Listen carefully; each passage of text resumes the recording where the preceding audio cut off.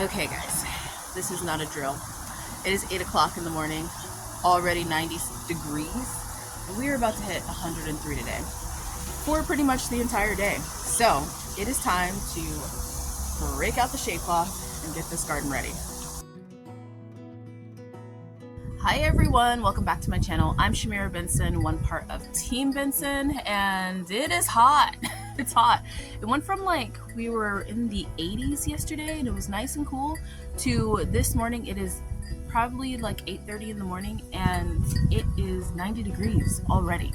So we need to get this garden going, which means I need to get it watered before the sun hits it, which I have plenty of time. The sun won't be hitting the garden until about noon. About 11 o'clock, but I also need to get up shade cloth. So before we do that, let's talk about shade cloth. Okay, so if you guys are new here, I am a desert gardener. I garden in zone 9B here in Phoenix, Arizona, and it's hot. We can reach temperatures up to about 118, 120. 120 have been those rough random summers. Normally it's around 118. So today there are no clouds and it is just gonna be burning hot. So we wanna make sure that the garden is well protected. And we do that with shade cloth. I have been growing my summer gardens using shade cloth for years now, and it has helped me get through. It stinks still, the garden doesn't love it, but it does help the garden get through these really, really hot days.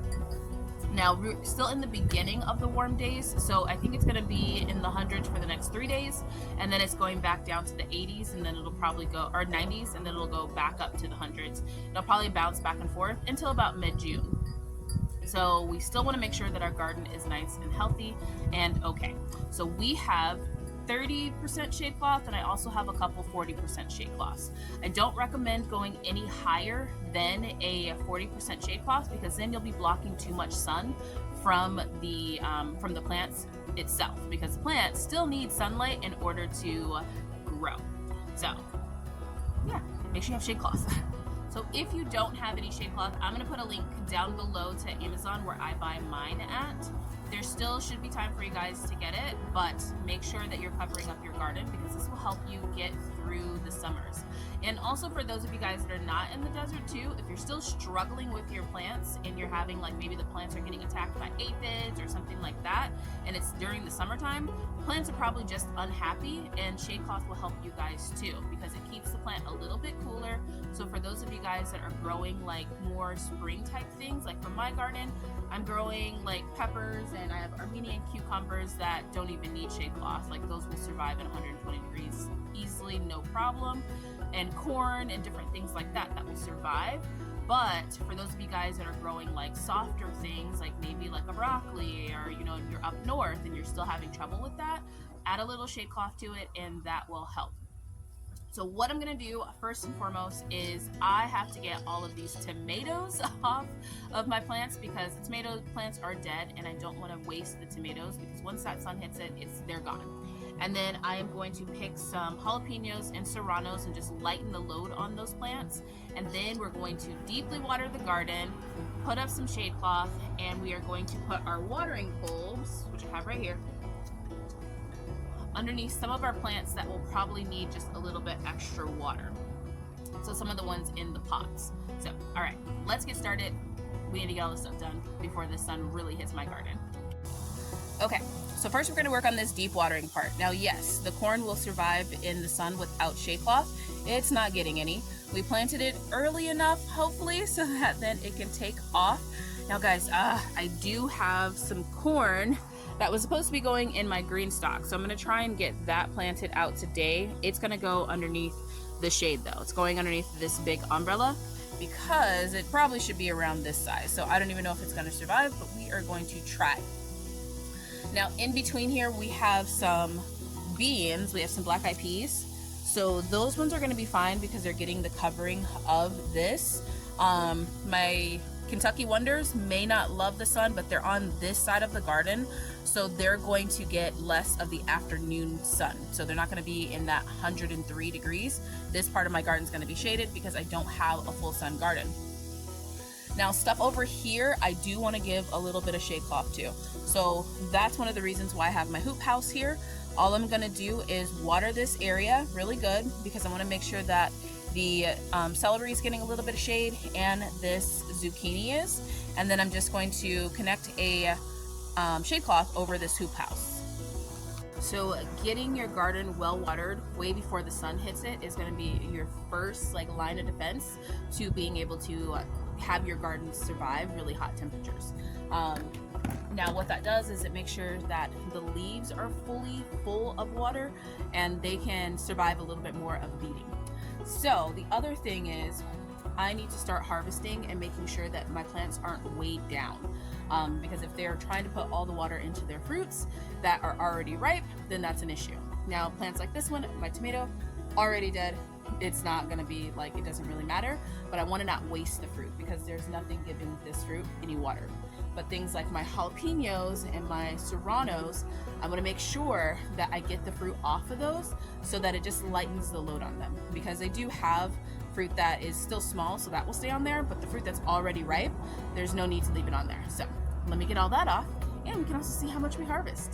So guys, not a bad little harvest. That is nice. Now some of these, look at the size of this serrano pepper. This is greatness right here. I did not even realize that my serranos, and I see some more on there too, actually. I did not know that my serranos had gotten that big, and look at the size, look at that. That is a jalapeno. So I am going to just double check these plants because now that I'm sitting here, I can see more and just make sure. Now I'm not stripping the plants of all of its fruit because the little small ones, they're gonna be fine. I'm just getting the ones that are fully ripened just to kind of lighten the load a little bit. So I'm gonna grab the rest of these, get the water over here, and then we're gonna get this area watered before we put up the shade cloth. But I think the front area is soaked, so we're gonna go ahead and put some water, or put the shade cloth over there. So we definitely had some more big serrano peppers here. These are gonna be spicy. So one plant I am not pulling the peppers on is my poblano. My poblano will be fine. I'm just gonna give it a little bit of shade cloth and a lot of water and a little watering bulb, but I want those poblanos to get a lot bigger than what they are, so I'm gonna go ahead and just leave these on here. Okay guys, so I have some shade cloth up right here. Hopefully that AC is not too loud. So normally I don't like for my shade cloth to touch my plants, and normally it doesn't, but we have the dill that's in here that is really, really tall, and there's nothing I can really do about that. So, and the dill's on its way out, so I wanted to protect everything else that is beneath it that isn't on its way out. So we just went ahead and just put the shade cloth on there. Now this does cover up your plant from pollinators, so I actually, here, let me flip the camera around. So I actually try to leave a little bit of space at the bottom there. I don't want it to blow up with the wind, but I also want to be able to let pollinators get in. Now it does cover up your plant sometimes completely like this. So a lot of times what I'll do is I will uncover my garden in the morning so that then the pollinators can get to those plants and everything can get pollinated. But stuff like that, like this, and the things that are on the arches, there's really not much hiding that. So it's going to just be out where it is, and hopefully we planted it early enough. Last thing I want to mention is that it is also Shabbat. So Shabbat Shalom to everybody, which means I cannot water my garden in the morning.